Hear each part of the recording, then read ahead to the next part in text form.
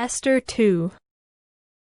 After these things, when the anger of King Ahasuerus had abated, he remembered Vashti and what she had done and what had been decreed against her. Then the king's young men who attended him said, "Let beautiful young virgins be sought out for the king, and let the king appoint officers in all the provinces of his kingdom to gather all the beautiful young virgins to the harem in Susa, the capital, under custody of Haggai, the king's eunuch, who is in charge of the women. Let their cosmetics be given them, and let the young woman who pleases the king be queen instead of Vashti." This pleased the king, and he did so.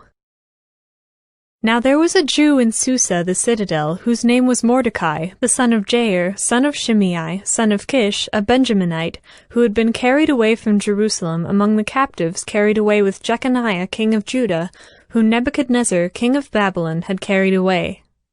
He was bringing up Hadassah, that is Esther, the daughter of his uncle, for she had neither father nor mother. The young woman had a beautiful figure and was lovely to look at, and when her father and her mother died, Mordecai took her as his own daughter. So when the king's order and his edict were proclaimed, and when many young women were gathered in Susa the citadel in custody of Haggai, Esther also was taken into the king's palace and put in custody of Haggai, who had charge of the women. And the young woman pleased him and won his favor, and he quickly provided her with her cosmetics and her portion of food, and with 7 chosen young women from the king's palace, and advanced her and her young women to the best place in the harem. Esther had not made known her people or kindred, for Mordecai had commanded her not to make it known. And every day Mordecai walked in front of the court of the harem to learn how Esther was and what was happening to her.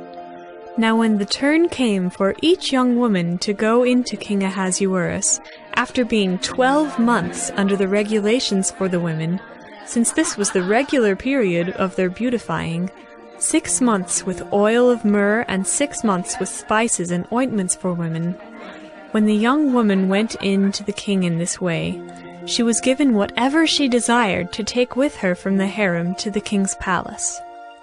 In the evening she would go in, and in the morning she would return to the second harem in custody of Shaashgaz, the king's eunuch, who was in charge of the concubines. She would not go in to the king again unless the king delighted in her, and she was summoned by name.